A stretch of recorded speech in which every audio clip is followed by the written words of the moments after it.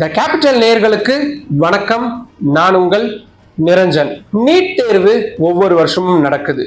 இந்த நீட் தேர்வால நம்ம மாணவர்கள் எந்த அளவுக்கு துயரத்தையும் துன்பத்தையும் அனுபவிக்கிறாங்க அப்படின்றத பார்த்துக்கிட்டே தான் இருக்கோம். அதுவும் இந்த வருஷம் இது ரொம்ப உச்சகட்டமா ரொம்ப அநாகரிகமான முறையில மாறிடுச்சோ அப்படின்ற ஒரு மிகப்பெரிய கேள்வி எழுந்திருக்கு. இவ்வளவு கட்டுப்பாடுகள் ஒரு பக்கம் இருந்தாலும் கூட இன்னொரு பக்கம் ரொம்ப சர்வசாதாரணமா முறைகேடுகள் அப்படின்றதும் நடக்குது. இதை பத்தி தான் இந்த வீடியோல நம்ம இன்னைக்கு விரிவா பார்க்க இருக்கிறோம்.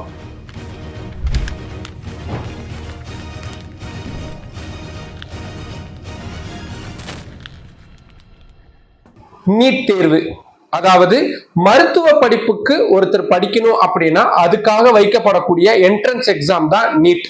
இதை பத்தி நம்ம ரொம்ப டீட்டெயில்டா போவேனா, ஏன்னா இதை பத்தின நிறைய வீடியோஸ் இருக்கு, நிறைய ஆர்டிகல்ஸ் இருக்கு, தேவைப்படுறவங்க போய் பாருங்க.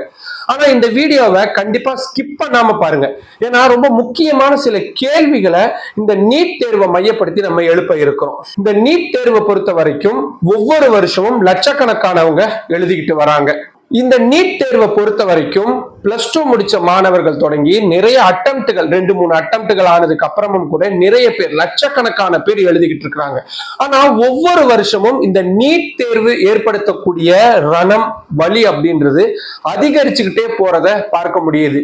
மாணவர்களுக்கு வெளியே சொல்ல முடியாத மன ரீதியிலான கடுமையான உளைச்சலை இந்த நீட் தேர்வு கொடுத்துக்கிட்டு இருக்கு அப்படின்றத பார்க்க முடியுது. 2025ஆம் ஆண்டுக்கான நீட் தேர்வு மே 4ஆம் தேதி நாடு முழுக்க நடத்தப்பட்டது.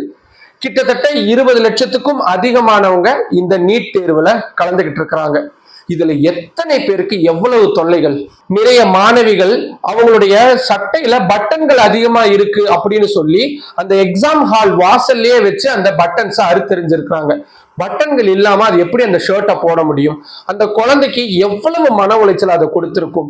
இன்னும் சில இடங்கள்ல அனுமதிக்கப்படாத ட்ரெஸ் கோடு அப்படின்னு சொல்லி அங்கேயே நிக்க வச்சு அந்த ட்ரெஸ்ஸுகளை கழட்டணும்னு சொல்லி இருக்கிறாங்க. அதுவும் பெண் குழந்தைகள் கிட்ட இவ்வளவு கடுமையா நடந்துகிட்டு இருக்கிறாங்க. தாலியை கலட்டி எடுத்துட்டு போங்க அப்படின்றத சொல்லி இருக்கிறாங்க. புதுசா கல்யாணமான பொண்ணு இந்த நீட் தேர்வுக்காக அட்டம்ப்டுக்காக வந்திருக்கிறப்போ அவங்க ஹஸ்பண்டு கிட்ட அந்த தாலியை கழட்டி கொடுத்துட்டு போயிருக்கிறாங்க. இந்து மத ஆர்வலர்கள்னு எத்தனையோ பேர் எவ்வளவோ விஷயங்களுக்காக போராடுவாங்க, குரல் கொடுப்பாங்க. ஒரு சாதாரண விஷயங்களுக்காக கூட கடுமையான முறையில கூச்சல் குழப்பங்கள்ல ஈடுபடக்கூடிய இந்த இந்து மத காவலர்கள்னு சொல்லக்கூடிய சோ கால்டு போராளிகள் ஏன் இந்த நீட் தேர்வுல இவ்வளவு அவங்களுடைய இந்து மதம் சார்ந்த நம்பிக்கையை உடைக்கக்கூடிய வகையில நடக்கக்கூடிய இந்த விஷயங்களுக்கு ஏன் குரல் கொடுக்காம இருக்கிறாங்க அப்படின்ற கேள்வி ரொம்ப ரொம்ப பிரதானமா எழுது. இன்னும் சில இடங்கள்ல பொண்ணுங்க கொண்டை போட்டு வந்தாங்கன்னா அதை கலட்டி பாக்குறது, அவங்களுடைய உள்ளாடைய கலட்டி பாக்குறது அப்படின்னு ரொம்ப ரொம்ப உச்சகட்ட அநாகரிகமான சம்பவங்கள்ல ஈடுபடுறாங்க. கர்நாடக மாநிலம் கல்புர்கியில மாணவர் ஒருவர் தேர்வு எழுத போயிருக்கிறாரு. அவரு பூணூல் அணிஞ்சிருந்திருக்கிறாரு. அந்த பூணூல்லாம் நாங்க அனுமதிக்க முடியாது, நீங்க கலட்டி கொடுத்துட்டு போங்க அப்படின்னு உத்தரவு போட்டிருக்காங்க அதிகாரிகள். இதுக்கு எதிரா நிறைய பேர் உடனடியா போராட்டங்கள்லாம் நடத்தி இருக்கிறாங்க. ஆனா எந்த பிரயோஜனம் இல்ல. கழட்டி கொடுத்ததுக்கு அப்புறம் தான் அந்த மாணவர் தேர்வு எழுத அனுமதிக்கப்பட்டிருக்கிறாரு. ஒரு மிக சாதாரணமான உடை சார்ந்த விஷயங்கள்ல இவ்வளவு தூரம் ஏன் கண்டிப்பு காட்டுறாங்க அப்படின்ற ஒரு கேள்வி எழுது. ஆனா இந்த கண்டிப்பு உடை சார்ந்த விஷயங்கள்ல இருக்கிறத பார்க்கும் பொழுது அப்படின்னா முறைகேடுகளை இல்லாம தடுக்கிறாங்க அப்படின்னு தானே நமக்கு தோணும். ஆனா அதுதாங்க இல்ல. ஒவ்வொரு வருஷமும் இந்த நீட் தேர்வுகளால ஏற்படக்கூடிய முறைகேடுகள் அப்படின்றது அதிர்ச்சி அளிக்கக்கூடிய விஷயமா நடந்துகிட்டே தான் இருக்கு. ஏன் கடந்த சில ஆண்டுகளா இந்த விவகாரங்களை சிபிஐ விசாரணைக்கு மாற்றக்கூடிய அளவுக்கு நீட் தேர்வு முறைகேடுகள் அப்படின்றது நடந்திருக்கு. பழைய கதைகளுக்கெல்லாம் கூட போவேனா, இந்த வருஷம் ஏகப்பட்ட சம்பவங்கள் நடந்திருக்கு. அதுல சில சம்பவங்களை மட்டும் நான் இப்போ சுட்டி காட்டுறேன். ராஜஸ்தான் மாநிலத்துல அந்த மாநிலத்துடைய சிறப்பு காவல்துறை படையினர் 5 பேரை அரெஸ்ட் பண்ணிருக்காங்க. எதுக்கு தெரியுமா? ஃபேக்கா அட்மிட் கார்டை தயாரிச்சு, அதாவது ஒரு மாணவனுக்கு பதிலா வேற ஒருத்தர் உள்ள போய் தேர்வு எழுதக்கூடிய அந்த செட்டப்பை பயன்படுத்தி இருக்கிறாங்க, தயாரிச்சிருக்கிறாங்க. ஏஐ தொழில்நுட்பத்தின் மூலியமா புதுசா ஒரு சாப்ட்வேரையும் ஒரு ஆப்பையும் கண்டுபிடிச்சு நீட் தேர்வுடைய அட்மிட் கார்டு எப்படி இருக்குமோ சந்தேகமே வராத அளவுக்கு அதே மாதிரி ஃபேக்கா தயாரிச்சிருக்கிறாங்க. உள்ளேயும் போயிருக்கிறாங்க. ஆனா ஏதோ ஒரு துப்பு கிடைச்சதுனால காவல்துறையினர் இந்த விஷயத்துல சம்பந்தப்பட்டவங்களை கைது செஞ்சிருக்கிறாங்க.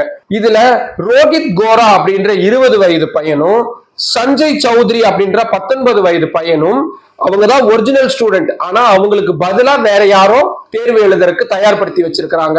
அந்த 2 மாணவர்களும் சேர்த்து கைது செய்யப்பட்டிருக்கிறாங்க. இப்படி ஆள்மாறாட்டம் பண்றதுக்கு எவ்வளவு ரூபாய் தெரியுங்களா கைமாறுது? கிட்டத்தட்ட 40-50 லட்சம், ஏன் 1 கோடி ரூபாய் வரைக்கும் கூட கைமாறதா பார்க்க முடியுது. ஏன்னா பெரிய பெரிய பணக்காரர்கள் அவங்களுடைய மகன்களோ மகள்களோ ரொம்ப சுலபமான வழியில இந்த நீட் தேர்வை பாஸ் பண்ணணும் அப்படின்றதுக்காக இப்படியான லட்சக்கணக்கான ரூபாயை கொட்டி கொடுக்கறதுக்கு தயாரா இருக்கிறாங்க. கோச்சிங் சென்டர்கள் நடத்தக்கூடிய கொள்ளை அது ஒரு பக்கம், அதெல்லாம் தனி கதை. ஆனா இப்படி குறுக்கு வழியில தேர்வை பாஸ் பண்ணணும் அப்படின்றதுக்காக நடக்கக்கூடிய சம்பவங்கள் மட்டுமே ஏராளமா இருக்கு. இதே ராஜஸ்தான் மாநிலத்தை சேர்ந்த 3 பேரை ஹரியானா மாநிலம் குருகிராம்ல வச்சு அரெஸ்ட் பண்ணிருக்காங்க. எதுக்கு தெரியுமா? இந்த ஆண்டுக்கான நீட் கொஸ்டின் பேப்பர் எங்க கையில இருக்கு, நீங்க ஒரு குறிப்பிட்ட லட்சம் ரூபாயை எடுத்துக்கிட்டு எங்க கிட்ட வாங்க, நாங்க உங்களுக்கு அந்த கொஸ்டின் பேப்பரை தரோம்னு சொல்லி சில பேரண்ட்ஸா ஆசை காட்டி இருக்கிறாங்க. இது சம்பந்தமான தகவல்கள் கிடைச்சதுனால ராஜஸ்தான் காவல்துறையினர் இந்த 3 பேரை கைது செஞ்சிருக்கிறாங்க. கேரள மாநிலம் பத்தனம்திட்டாவில 20 வயதே ஆன ஒரு மாணவர் இதே மாதிரி ஆள்மாறாட்டம் செஞ்சு மாட்டியிருக்கிறாரு. இதுல அவருக்கு கோச்சிங் கொடுத்த கோச்சிங் சென்டரே இந்த ஆள்மாறாட்டத்துக்கான அத்தனை உதவிகளையும் செஞ்சு தந்திருக்கிறாங்க. நான் சொன்னது 1-2 வெளியே தெரிஞ்ச தகவல்கள் தான். ஆனா இப்படி வெளியே தெரியாத எத்தனையோ சம்பவங்கள் நடந்துகிட்டு தான் இருக்கு. இது இந்த நீட் தேர்வு ஏன் நடத்தப்படுது அப்படின்ற ஒரு விஷயத்தை நோக்கி தான் நம்மள நகர்த்துது. இந்த நீட் தேர்வுக்கு பயந்துகிட்டு தற்கொலை செய்து கொள்ளக்கூடிய மாணவர் மாணவிகளுடைய எண்ணிக்கையும் நாளுக்கு நாள் அதிகரிச்சே வரதை பார்க்க முடியுது. தமிழ்நாட்டுல தற்கொலை நடக்கக்கூடிய விவரங்கள் எல்லாமே நமக்கு தெரிஞ்சிருக்கும். மற்ற மாநிலங்கள்லயும் இது தொடருது அப்படின்றதுதான் ரொம்ப கவலைக்குரிய விஷயம். ராஜஸ்தான் மாநிலம் கோட்டா, நமக்கு தெரியும் கோச்சிங் சென்டர்களுக்காகவே ஒரு நகரம் இருக்கு அப்படின்னா அது கோட்டா தான். அந்த கோட்டால இந்த ஆண்டு, அதாவது இந்த 5 மாதத்துல மட்டும் 15 மாணவர்கள் தற்கொலை செஞ்சு கொண்டிருக்கிறதா அதிகாரப்பூர்வமான தகவலே இருக்கு. அப்படின்னா அன்அபிஷியலா எவ்வளவு இன்ஃபர்மேஷன்ஸ் போயிட்டு இருக்கும். இதெல்லாம் யாரு தாங்க தடுக்க போறது? இந்த நீட் தேர்வுகள்ல நடக்கக்கூடிய முறைகேடுகள் சம்பந்தமான வழக்கு விசாரிச்ச போது உச்சநீதிமன்றம் கடந்த சில ஆண்டுகளுக்கு முன்னாடி ஒரு வார்த்தையை சொல்லியிருந்தாங்க. நீட் தேர்வு அப்படின்றது எதிர்கால இந்தியாவை, எதிர்கால சுகாதார இந்தியாவை வழிநடத்தக்கூடிய இல்லாட்டி காட்டக்கூடிய ஒரு அமைப்பா, ஒரு தேர்வா இருக்கு. அதோடைய புனித தன்மை, இந்த வார்த்தை ரொம்ப முக்கியம். அதோடைய புனித தன்மையை காக்கிறதுக்கான நடவடிக்கைகள்ல அதிகாரிகள் ஈடுபடணும் அப்படின்றத சொல்லியிருந்தாங்க. ஆனா இந்த புனித தன்மை இன்னும் இருக்கிறத நம்பணுமா அப்படின்ற ஒரு கேள்வியும் பிரதானமா எழுது. இவ்வளவு விஷயத்தை விட்டுருங்க, இந்த ஆண்டு நீட் தேர்வுல கலந்து கொண்டவங்களுடைய எண்ணிக்கையுடைய டேட்டா வச்சு பார்த்தாலே தெரியுது இந்த நீட் தேர்வு எந்த அளவுக்கு ஃபெயிலியரான ஒரு மாடலா போய்கிட்டு இருக்கு அப்படின்றத. கடந்த 2021ஆம் ஆண்டு மொத்தமா இந்த நீட் தேர்வுக்காக பதிவு செய்த மாணவர்களுடைய எண்ணிக்கை 16.1 லட்சம். ஆனா அப்பியர் ஆயிருந்தவங்க 15.4 லட்சம். கிட்டத்தட்ட 95.6% பேர் தேர்வுல அட்டன் பண்ணியிருந்தாங்க. 2022ல 94.3% பேர் அட்டன் பண்ணியிருந்தாங்க. 2023ஆம் ஆண்டு ஒட்டு மொத்தமா 20.9 லட்சம் மாணவர்கள் பதிவு செஞ்சிருந்த நிலையில 20.4 லட்சம் மாணவர்கள் தேர்வு எழுதியிருந்தாங்க. அதாவது 97.7% மாணவர்கள் தேர்வை அட்டன் செஞ்சிருந்தாங்க.